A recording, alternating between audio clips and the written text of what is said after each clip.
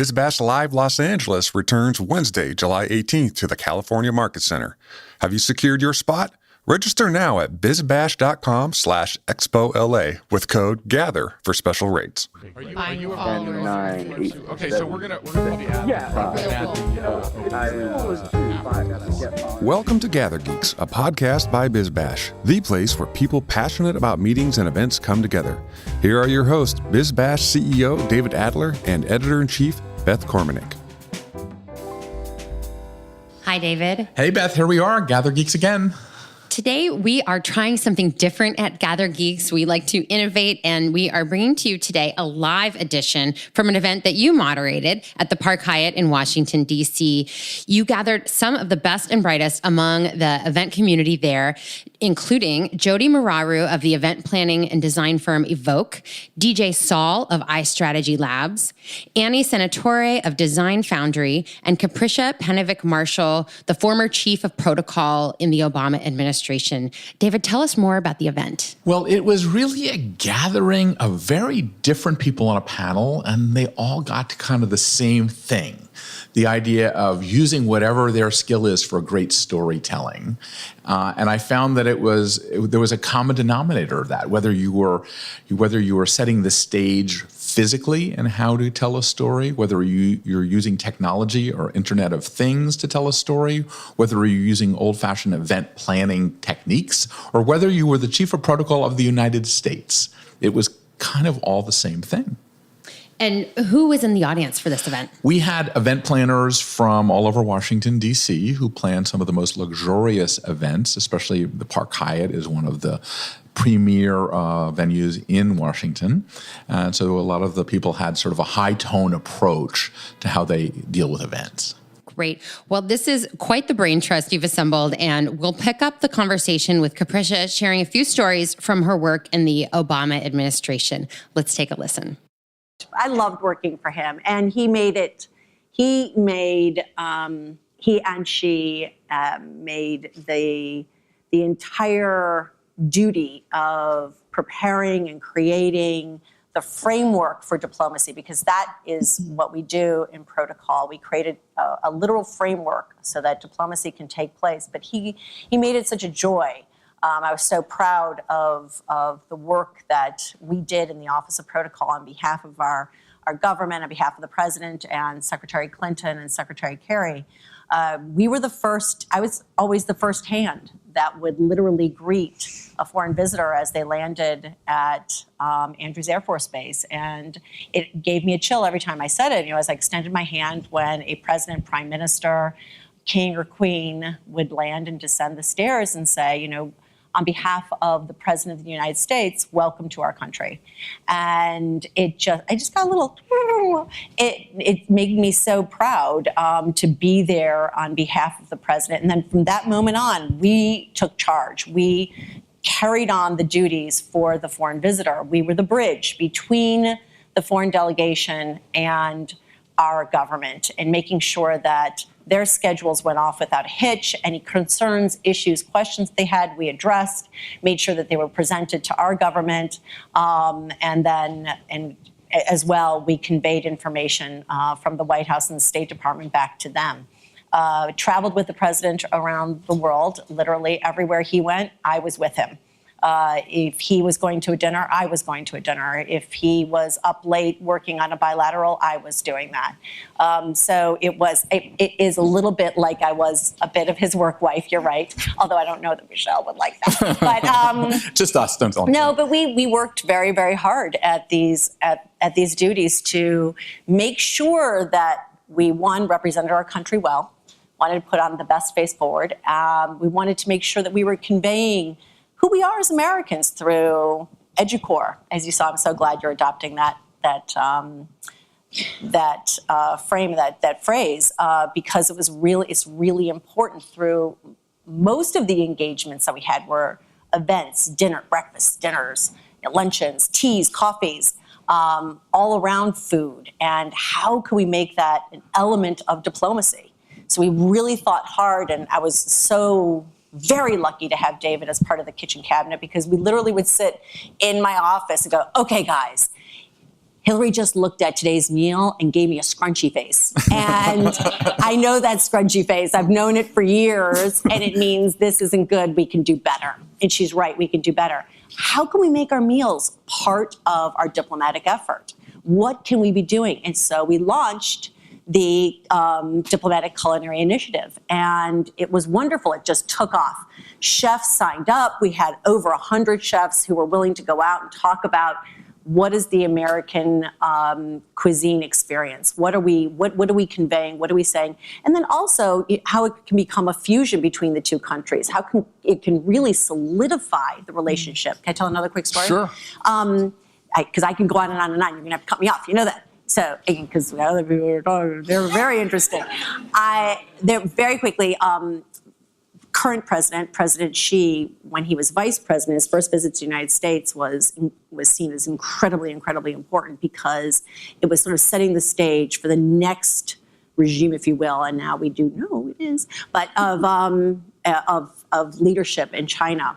And there was a state luncheon, although it was called a state luncheon, it really wasn't because he wasn't yet chief of state, but it was hosted by Secretary Clinton and Vice President Biden. That was at the State Department.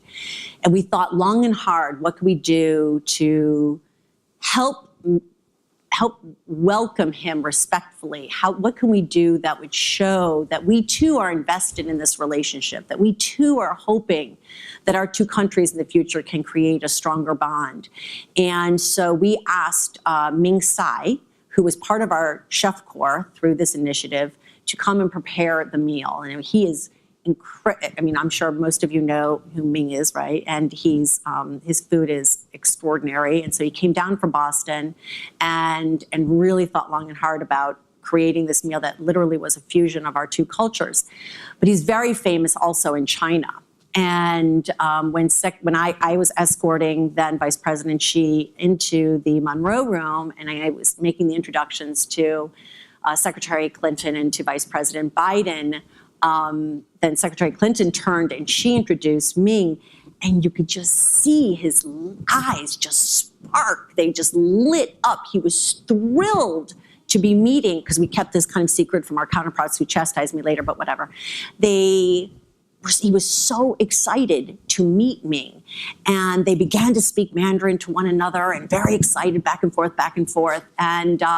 And you can tell instantly we had crossed a boundary. We had forged a stronger bond just with that interaction, and just with making sure that we looked at an alternative way that we could engage in our diplomatic efforts. And the meal was one of the best meals I had ever had. So I was really proud of the work that we did there. I could tell the Queen story, but maybe we want to go on and we can save it till later. I want to bring this down to the level of, we're event organizers in many cases. What Capricia did at the State Department, I think you can bring down to the level of what you do every day, because it makes a huge difference. Absolutely. And yes, you have many more famous people that you're dealing with, but ultimately it's the idea of how to connect human beings. It's absolutely about human connection. And the protocol that you see that happens at the State Department is just a lesson in how we should be doing it over years and years of practice. So we'll come back to the Queen in a minute. So we go back. Oh, really? You're not going to do that? Oh, do you want to do the Queen first? Okay, we're going to do the Queen first. We'll do the Queen. Let's do the Queen. Okay. Yeah. I'm trying to be, I'll do the Queen we have subjects quickly. of the Queen no, I that we're shouldn't say trying. that. Go ahead. I will talk about the Queen quickly. You got me. So when I first started, I love having my Brit mate here, because when I first started as chief of protocol, I was really nervous. And for some reason, and I did not know this, but I adopted this British accent when I was at the podium.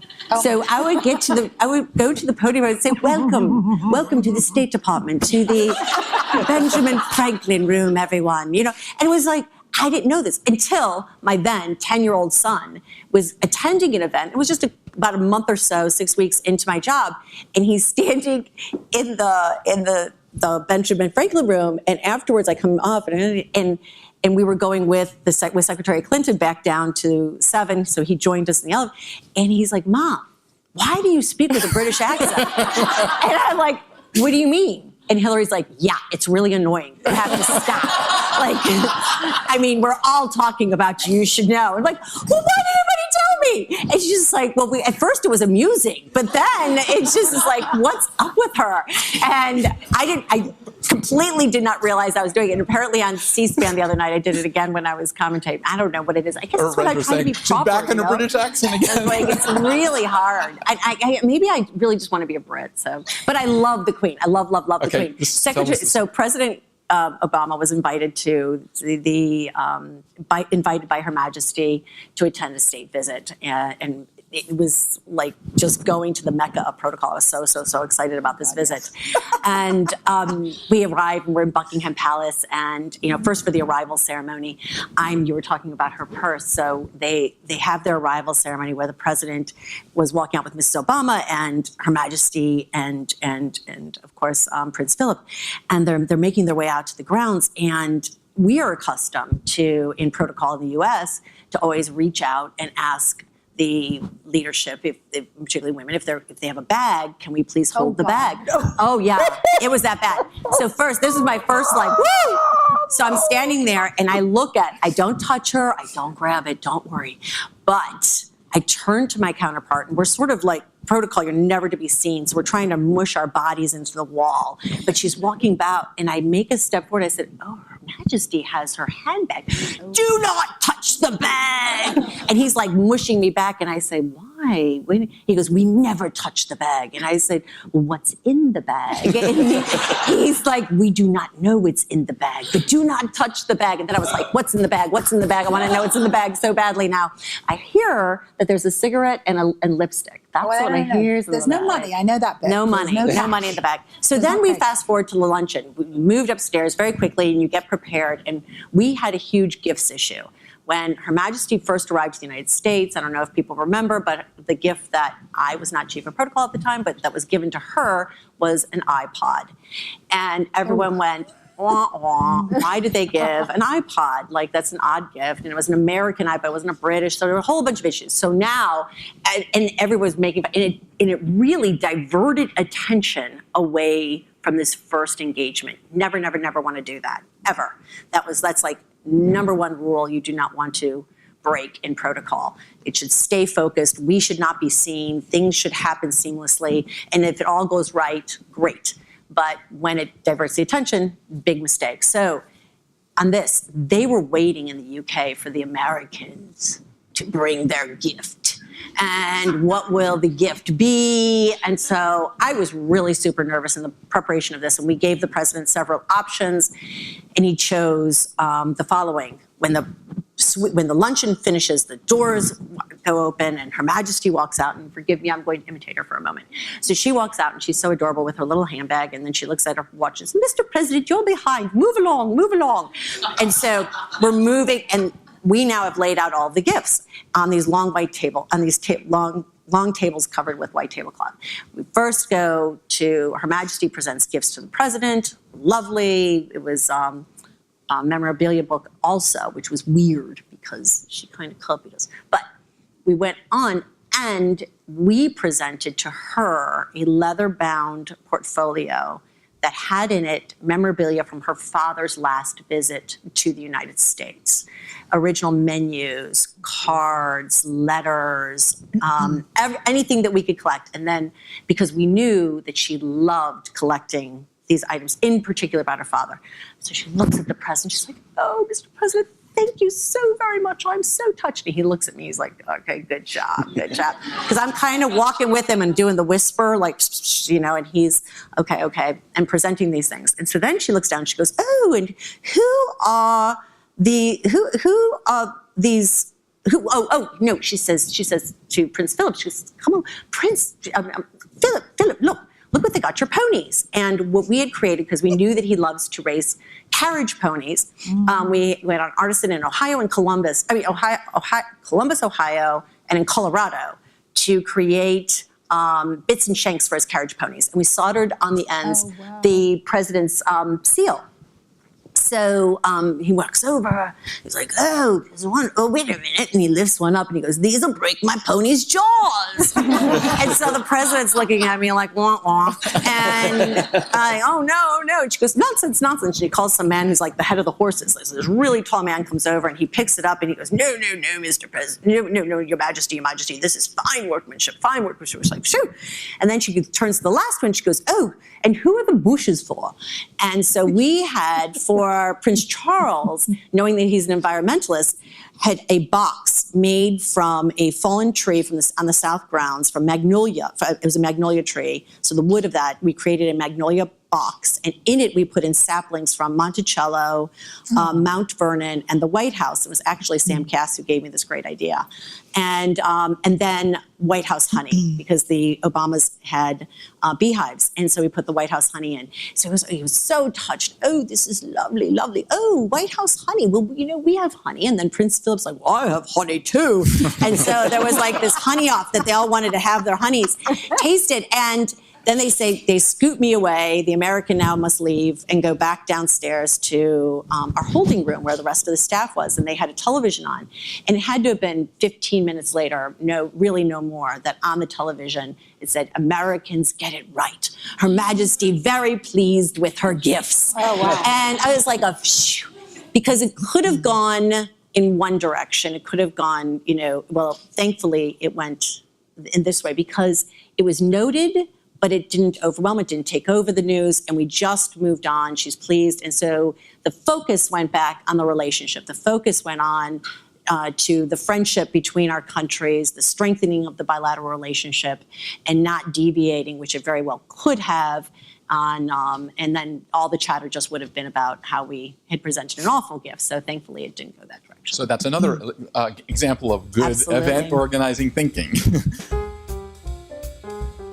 Invest in yourself and your staff with self-paced online event education designed to fit into your busy schedule. Subscribe to the Event Leadership Institute for only $25 per month and gain access to an extensive on-demand video library of classes, as well as interviews with industry leaders. Best of all, you can watch classes in small pieces or all at once. For more information, visit eventleadershipinstitute.com. With that, now we'll go to the next British subject.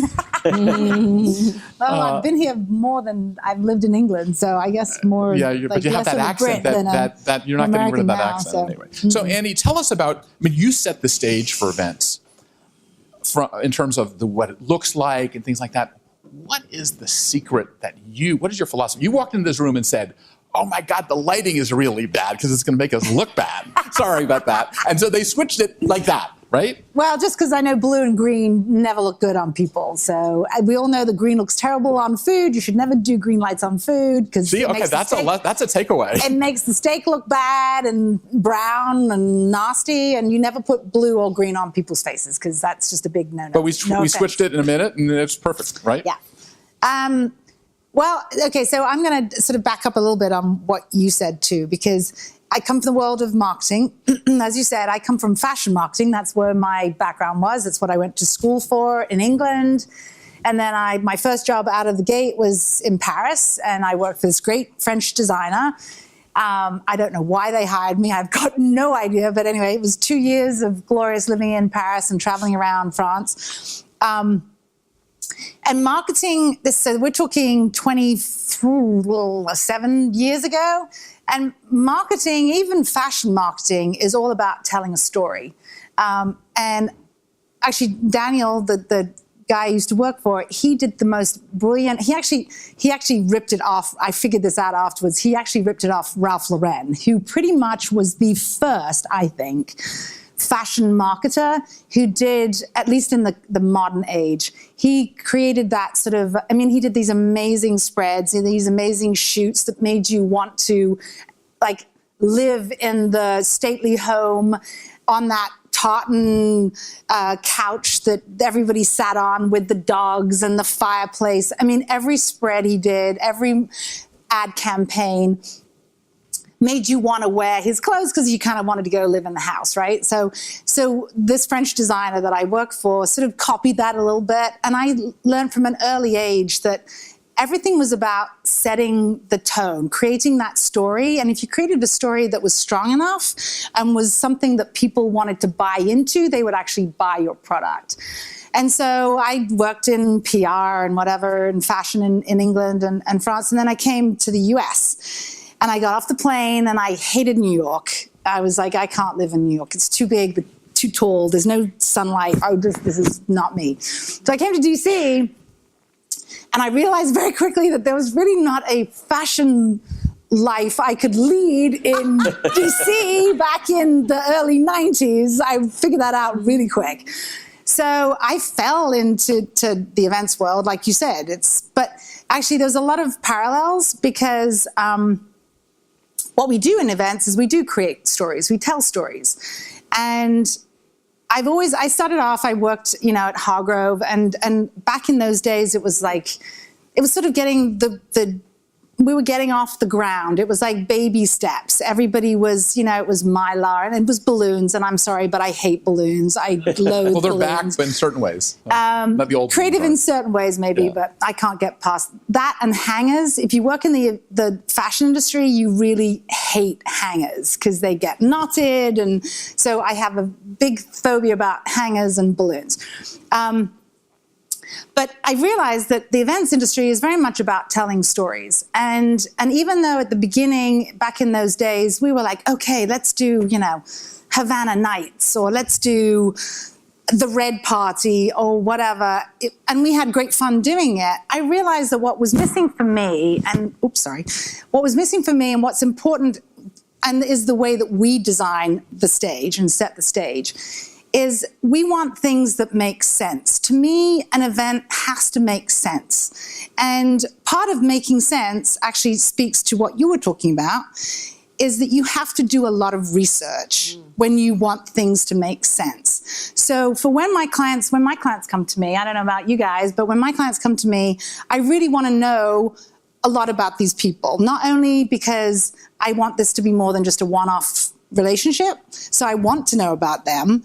And I put my kind of fashion marketing sort of hat on, and I do as much research as I can. Because I think when you put the effort into doing that, not only do you get the A+ from the president, but you also get to know the client, and then you end up giving them something that they want and that makes sense. So for me, that is the most important. What you're saying, though, is the through line of all of these, and yours is the storytelling.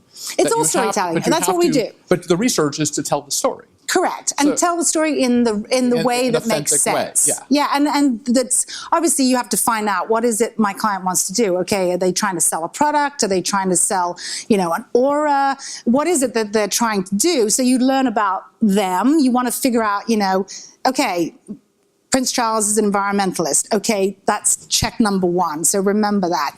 The Queen likes honey. Okay, check 2, and horses. So you have to build that all up and then figure out, okay, so what are we trying to sell, or what is it we're trying to get across to our audience? And how can I take those pieces of information that I've gleaned from learning, and how do I make that make sense, not just for me and my client, but also the people that are coming into the room. How do you influence, not to interrupt, but I'm interrupting, how do you influence the other people that are thinking, just get it done? How do you sort of figure out how to keep the storytelling authentic, or just simply going to, let's do a theme, which is like what you want to kill yourself, right? Well, sometimes there are those clients who just like, I got to do balloons, at which point I say, not a problem. Let me introduce you to somebody who can do great balloons, and I walk out the door.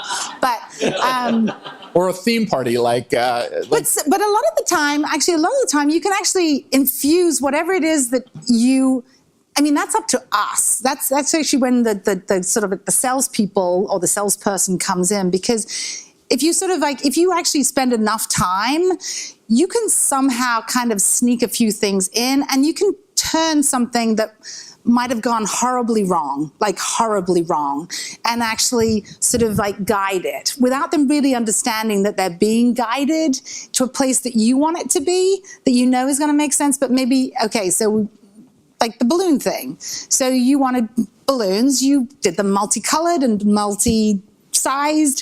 It wasn't a natural, but if somebody wants balloons, that it's a creative way of doing balloons, you know? Yeah. I think it's all in how you sell it. Yeah. And I think it's easier to sell when you actually do the research. Well, I think the research, I mean, the whole idea of the State Department is, when they, even in the 8th floor of the State Department, they move the antiques around to tell the story of the person that's there. So it's and you're doing there's a through line here. Let's go to DJ too, in terms of, you are storytelling all the time in what you do. Tell people what it is that you do in terms of the IoT world, in terms of branding, in terms of how it relates to them, in terms of everyday life. So we're a digital agency primarily, and digital today means so much more than it did when we started 10 and a half years ago. Also, I can't not look at these chandeliers and think about cheese dripping down from the top. And if you missed David's intro, that was probably a really weird comment. So we work primarily with large brands, and I like to think that we do digital storytelling, and sometimes that sounds a little buzzy, but there is so much meaning behind that, especially today. So with IoT, it's really part of an emerging technology story, so we're relatively agnostic with regard to what tool or platform we might bring in to help sell a product or launch an event or tell a story online and off. So something like something like Internet of Things has become a very dangerous, and I mean that in a positive way, weapon with regard to getting someone's attention or conducting and facilitating large-scale experience design. So actually, this is a example of a prototype. So we're prototyping and experimenting. So we have an office just 5 blocks away from here, 10 blocks away, and we have this little hardware workshop and makerspace. So we're always playing around with components. So this is something that we did for a prototype for the NBA since they just rolled out the jersey sponsorships for the first time, right? So this is syncing with wristbands across an entire stadium. So when the athlete is in their moment of excitement, they do their chest pound thing, and it syncs with the wristbands across the entire stadium. Isn't that cool? So we didn't invent the notion of synchronized LED wristbands in a stadium. That's actually been around for 3 or 4 years. I think Taylor Swift did it at her concert maybe 3 years ago at this point. But the components that we used, that pressure sensor, was $3.99 on sparkfun.com. The microcontroller that we used already integrates with the system that already exists within Stadium. So the type of stuff that we're doing, as much as I like to put very large price tags on them, oftentimes the nugget of the idea or the core technology does not have to be cost prohibitive at all. And then Internet of Things, an incredible weapon. We're playing around with voice and machine learning, two very buzzy, popular things right now, but also something like RFID. So this example, just a little prototype. That's literally just slices of wood that we grabbed. So wristbands synced with there's your R group. Wristbands synced with an event registration system. When 2 people scan into an event, can automatically send them an email connecting them to one another, or on LinkedIn or Facebook or whatever platform that they integrate with, right? So it doesn't have to be some fancy new chip that Intel came out with, something like RFID, which is a penny per chip or less now, as widely available. It just takes a little bit of experimentation and fabrication internally. This was our big project about 1.5 years ago. So you can play the video. So it was called the Field Trip to Mars. It was actually for Lockheed Martin. They're the founding sponsor of the USA Science and Engineering Festival right down the street. So we purchased a school bus, which was a lot harder than it actually maybe sounds. Popped out the windows with transparent LCD screens to transport kids to a Martian landscape. So there's a laser guide underneath the bus. Wherever the bus driver is turning or going over a speed bump, so too are these kids transported to this 3D environment. We worked with a visual effects shop that literally worked on the movie The Martian. So those were not windows. They're literally transparent LCDs. So wherever they're driving, the laser was quite expensive. Speaking of the opposite of what I was talking about in the first project, it's a very expensive project. But I think what's cool about this is it's a group VR experience without the headset required, right? So I think VR is sort of plateauing in a way right now. Still, I think a really interesting use case, especially in the event industry. But augmented reality, I think, is much more interesting right now than virtual reality. And I think that might be our next example. We can skip this one. We built an escape room for Dell EMC, which is super fun. So take something popular like an escape room and build it into a typical 15 by 15 space to tell a fun story of a product. And then on the other side of the emerging technology spectrum, this is just using human contact, skin-to-skin contact, to complete an electrical circuit. No one was harmed in this. This is not electrocuting anybody. So back to the other end of the spectrum of relatively cheap components, conductive tape, super cheap. Linear actuators that are just powered by a simple motor. That's like $50 per. Dogs cost a lot of money sometimes. So you put your hand on this pad, high five or fist pump or whatever, and then it can trigger anything. So this is just an expression of what's possible. So in this case, it was for a liquor pitch, obviously, that we were going for. So the liquor rises up, but it could trigger fireworks or sound or anything in a physical space. And then lastly, I mentioned augmented reality. So we're playing around a lot with how we can bring augmented reality or AR into physical space to maybe sync with a physical device. So again, just exploratory of what's possible. Something like a QR code or image or color recognition pops up this little keypad. You enter it in, and then it physically unlocks an actual object. So now it's confusing to think about bringing augmented reality into physical space because the whole notion is that it's not a headset and it actually is looking at the real world through your phone, but actually tying that to physical objects. We call it AR IRL, just as a fun little internal prototype. So that's just some example of a few examples of how we think about the world, not tying ourselves to any particular technology or framework or product to hopefully tell a cool story for someone who hopefully has lots of money. The through line continues the storytelling. Yeah. Among everything we have. And Jodi, talk about how event planning is so different today than it was. I have to follow that? God, it sounds so boring now. This is the most interesting group of people, I must say. So, and again, it follows the storytelling. And it really starts from the first hello. And it's that opportunity to ask the questions and keep asking the questions. The why. What are you trying to achieve? What are you trying to accomplish? What's important to you? What is your end goal? And whether that is a social client, as it's a lot of the business we do at Evoke. We do a lot of weddings and bar and bat mitzvahs, but we also produce the corporate side of things. And it's connecting with that person. It's connecting with that client and understanding because, I don't think any of us are in this for the one-off relationship. We're trying to build that relationship over time. And the more you can dig and the more you can get comfortable with yourself and with your client, the bigger the magic is going to be that you create for them. And we're showing right now, here's a few images of what is still to this day my most favorite project I've ever done for a client. And, and why was it my most favorite project? Because it kind of, for me, tackled all the components that I love in an event. It was very logistically challenging. It had a big technical production. It had a huge creative input into it as well. And it was a client who, through the course of time in that collaboration, the number one thing was the trust. And she trusted me with the information that I gathered from her and the relationship that we built to create this very dynamic, experiential event for she, her husband, and their guests. And in doing so, it allowed me and my team of partners who were part of this to exceed our expectations, our goals, and to really think beyond the box and to think outside of the box. And that, to me, is the best thing that we can do. And even if you have a client that doesn't have the biggest budget, find that one thing that really speaks to them that can take their vision. Because people tell you they don't know what they want. And I think, Dave and I were talking about this the other day. We're all immersed in all this social media right now. And everybody's on Instagram and everybody's on Facebook and looking at Pinterest and all this. But I think if you actually sometimes close your eyes, go sit in a dark room for a minute, you can find out the core of your creativity. And part of our goal as planners and producers is to bring that out of our clients. And when we do that, you all do that with your team. I know, Annie, you do that with your team as well. You can create the most incredible events. Can I just say, I think actually the internet and Pinterest is making us incredibly lazy.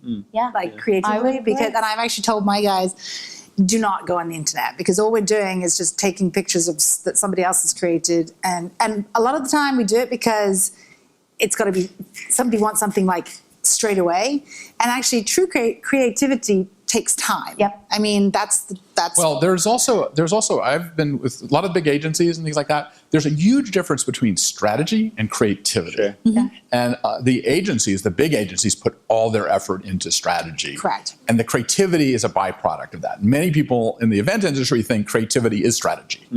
And I think that it really is completely separate. This whole research is part of the strategy piece. Totally. Like, where do you see it going? I mean, do you see that?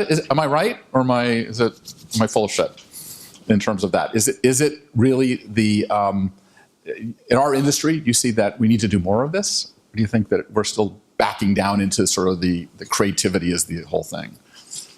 I think it depends on the client and the event and what you're striving for. And I think that gets back to asking the questions. It's asking a lot of questions. And who is your client and what are their needs for this particular project? And they could shift. And they could come to you thinking their project's starting at this, but it ends here. And the more you dig, the more you ask, the more research that you provide for them, that you do with your team, can create a completely different result at the end. Do you guys feel that I had this very top level marketing person saying that people who are actually at the companies need a lot more help, that it's more your responsibility of people that are giving advice have much more responsibility now, because the people at the brands don't really know much. They're so generalist, so that they're really depending on you as a third-party planner or a third-party provider to give them what really they need to know. So we need to have the research down really pat. Well, they're also stretched thin, just like the rest of us too. Yeah. I mean, I find that there's a lot of that they're just like, they don't have time. So, for us, that's the best client, the one that's like, oh, hey, I don't have time, take it, make it happen. Well, but you're seeing more and more of that, right? Oh, absolutely, yeah. And you're seeing budgets bigger because of that? Oh, it can depend. I mean, sometimes yes, but a lot of I times agree. no. Depends. Yeah, just Well, depends. corporate clients, I mean, I'm just jumping. Well, corporate clients, No. They are now. It's come back. It's come back, It's definitely come back. I mean, I said to, like just earlier, that I was. but like, it's coming back smarter. Smarter. Yes, They have people to need to. convo for Yeah. dollars. Yeah, it's coming back smarter. What about the risk-taking? Do you see risk-taking happening, or do you see people trying to be safe in these big corporate things? I mean, are you seeing... No, I mean, there are very few actually who are really willing to go out. I mean, I don't know about you, but there are some, and it's pretty, I mean, I think you can tell from a client that walks in the door. I actually said to DJ earlier, which I think is funny, as a company, we are probably more liberal leaning. However, I find that a lot of our clients are Republicans. And I think that the reason why is that we're creative enough, but we're not scary creative. Yes. So we actually are willing to push the envelope a little bit, but we were recognizing that going too far is going to alienate what they're trying to say, alienate their customer and their statement. And so I think that's why we get a lot of what we do as far as the political side.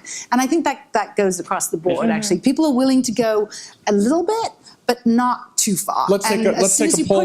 Let's take a poll here. How many companies here that you represent are ultimate risk takers, or you're playing it sort of safe? We're like risk takers.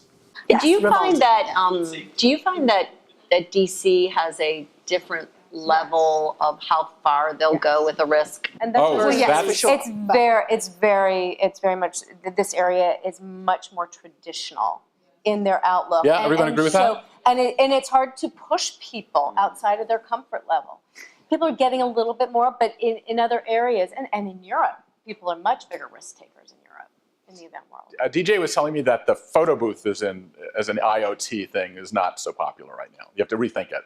I mean, a lot of people are, I think, pushing the boundaries of what's possible with a photo booth, especially just taking like an iPad with a cool, beautiful luminescent light frame around it, and then using things like facial detection to trigger your emotions and pop cool effects on there. So the Snapchatification of photo booths for sure. But photo booths as a category, definitely not going away for sure, but evolving into the future pretty rapidly. Yeah. Gail Mutnick runs some of the biggest medical meetings in the world.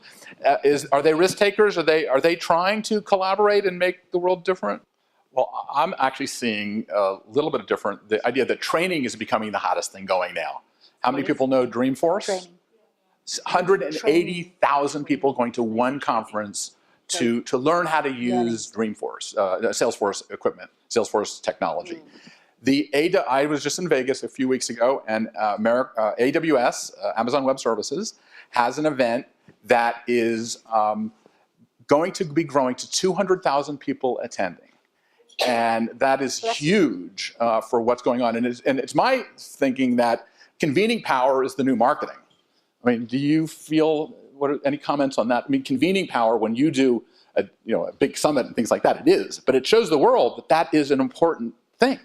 Oh. Convening power, I think, is going to be more important than ever going forward. Absolutely. I mean, in government, for what we did, showing up was incredibly important, because there's some that say that, we should be doing this via video and, having our engagements through Alternative technologies, but it is that face-to-face, that is that personal connection that you do get at summits, gatherings, events, that is incredibly valuable. But DJ, how do you scale face-to-face?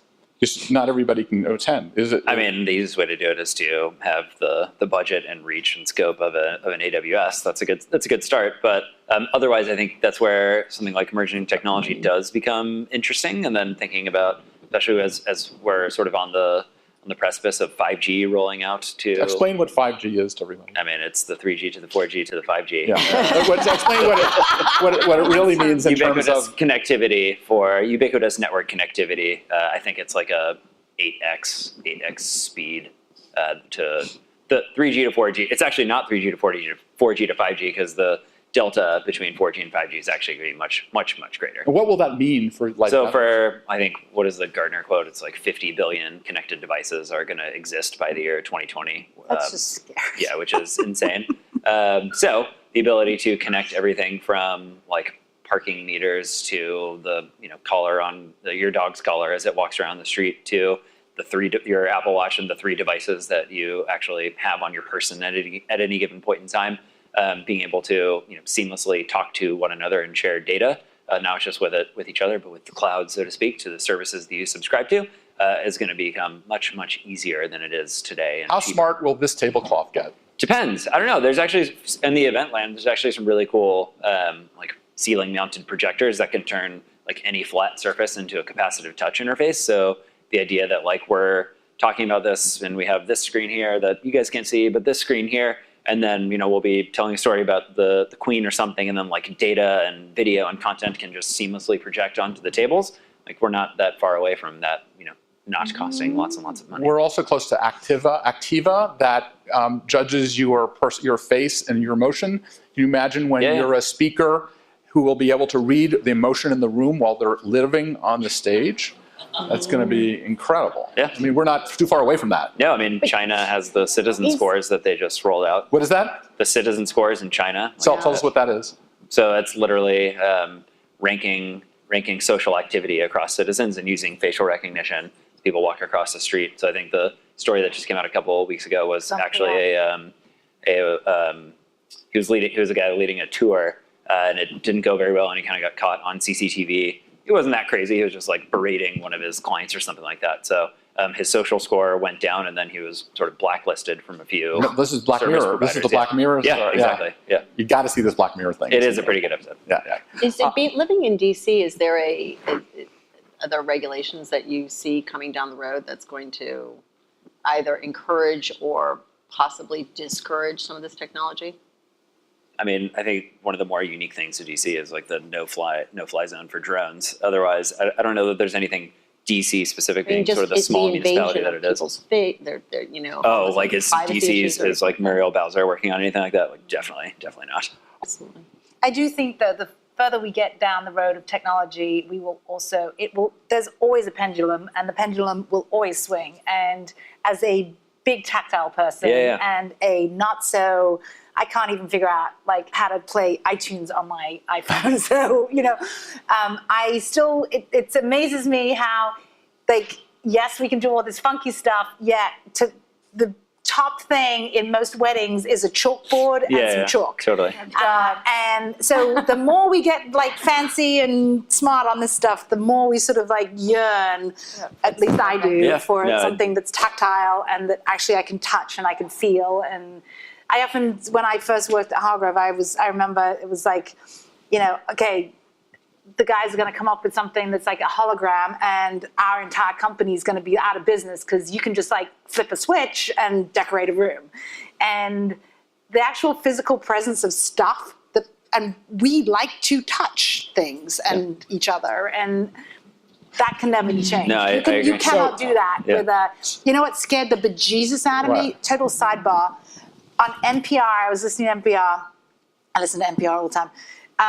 And they were talking, it was all about the AR and these virtual worlds, which I had no clue that there were like virtual worlds that you could actually go in and actually become a person and get married to another virtual person. And this woman was talking about a friend of hers who literally lived his entire life in a virtual world where he was married to a virtual woman, and he spent like 20 hours of a day living in a cyber something, and that's just freaking wrong. I mean, I just don't even know what to do with that. On that note, why don't we just go through, Jodi, why don't you give us any closing comments and we'll just sort of wrap it up. Any closing comments? I mean, I would have to say, I'm just going to, talk about Annie. I just think that Annie's right. At the end of the day, people do want that connectivity, and you don't get that from technology. Technology is making us more connected in the sense that you know where people are doing, or you think you know what they're doing, or you think you know what their lives are. But the fact of the matter is, you all are sitting here, and thank you for being here.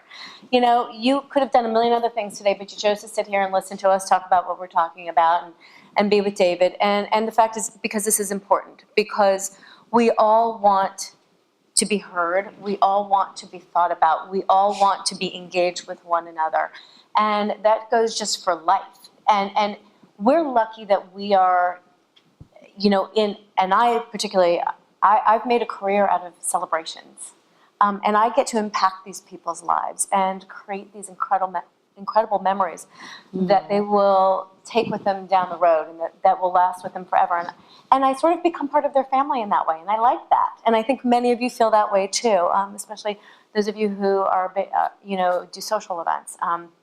I have my daughter's bat mitzvah coming up in 2 weeks. And it's remarkable. It's remarkable to be able to create this experience for her with our family, with our friends there. And nothing could take that away. I am. My poor child. So there's going to be really fabulous. What's the theme? But there'll be no cheese hanging from the ceiling. No cheese. That was a cautionary tale.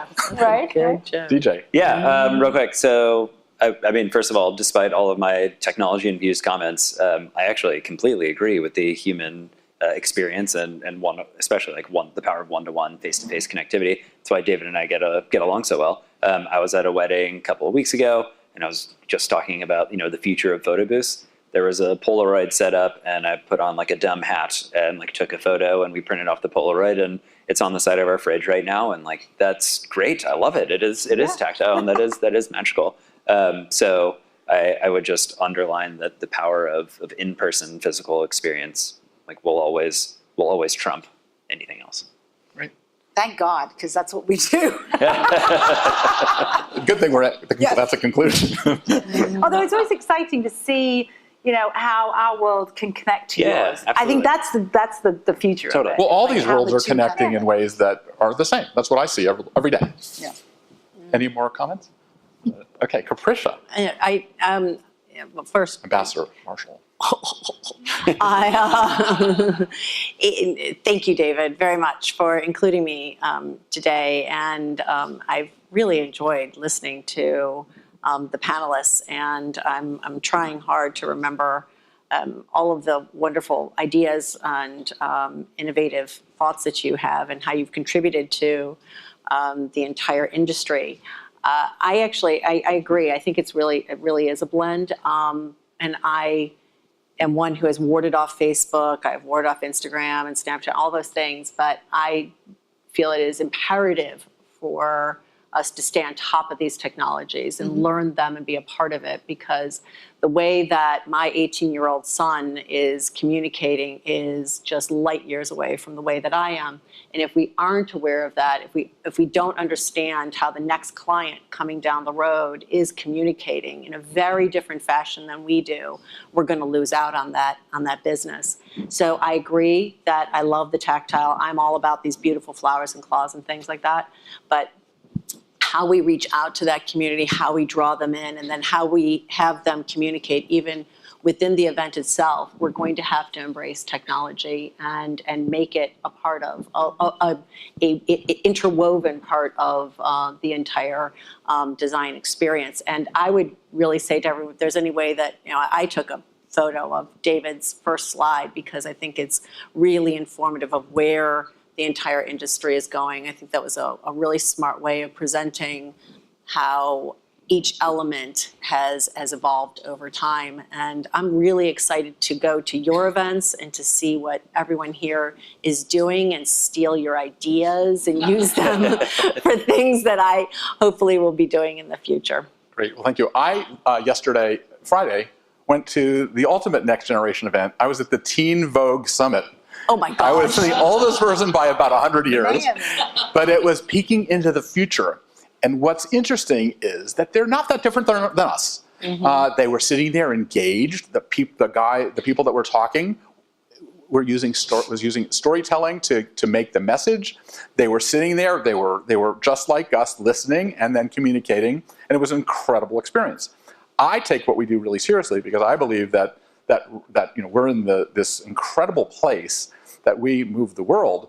I mean, BizBash alone, 30 million end users are the people that are going to your events. So what you do, you have a lot of responsibility when you do an event to do them correctly and to make people connect in ways that tell them how to behave better and communicate better. And that's what I like about what we do. Whether it's you're dealing with the presidents and the world leaders, or you're dealing with the Teen Vogue people, or the training at Dreamforce, or everybody is connecting in different ways. And what we do is really important, and we've got to do it really well, and we've got to be best of class in doing it. So with that, we're at a place that is best of class, and I would definitely check this place out because they are really experts in this area. David, we're back at BizBash headquarters, and listening to this conversation, you covered a lot of ground. You talked about tech, design, building relationships with clients, and more. What was the through line for you? Well, I think, we were talking about all these high, important people, VIPs, the President of the United States. But I found the through line was that whether you're working for the President of the United States or whether you're working in a professional services organization doing events, people are people, and they react the same exact way. And they really need to be taken seriously. They need to be thought of, and they need to be heard. And you need to use all of sort of the intricacies of human relationships to create events that connect people. Mm-hmm. Speaking of connecting, I loved your question when you asked, how smart will this tablecloth get? That cracked me up. DJ had an answer and talking about data and video content streaming, seamlessly projected onto your tables. It made me think of our Event Style Awards. One of our finalists this year was from McNabb Royk Events in Toronto, who had these tech-enabled tablecloths at an event for the Lincoln Navigator. I loved this example, and I think we're going to see more of it, just as you were anticipating. For the example in Toronto, it wasn't nerdy. It perfectly fit into the feel of the event. And I like how you were challenging everybody to start thinking about that, and the things that once were thought of as merely decor are really opportunities to tell stories. I think that when DJ gave his presentation about things that he saw, you saw mouths open, and it's, oh my God, this is really happening. All the things that we think of the future are now here.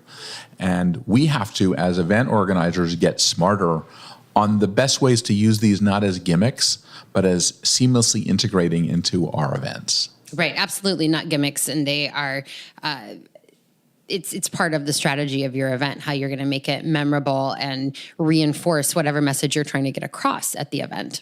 And also the fact that, the people that are going to analyze how the data scientists are going to become the hot jobs in our business, because we're going to need to know whether this stuff works or not. Right, exactly. So thanks for bringing us that live BizBash. It's not going to be the last one either. No, we're experimenting with this as a concept. We see live podcasts everywhere on the internet. And the idea of capturing a conversation in one room and amplifying it to more people is the wave of the future, I believe. So Beth, what's going on at BizBash? Well, when we were talking about smart tablecloths, I mentioned our event style awards, and we have just passed a key date in our timetable in those awards. To be eligible, events need to have taken place between June 1st, 2017 and May 31st, 2018. So to our listeners, take a look at your body of work from the past year and enter your best stuff. You can find more information at bizbash.com/awards. Fantastic. So I guess it's time to say goodbye again. And before we do that, I know you wanted to thank some people. I will. I was going to thank them right now before we say goodbye. I wanted to thank Dave Nelson for being our producer, for Claire Hoffman and our editorial team for pulling us all together and making sure that the trains are running on time.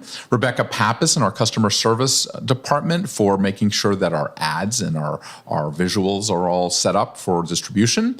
And I want to also thank, for this episode, Darlie Tom from the Park Hyatt, Washington, D.C., for being our venue host and doing such a tremendous job in making us feel welcome in Washington.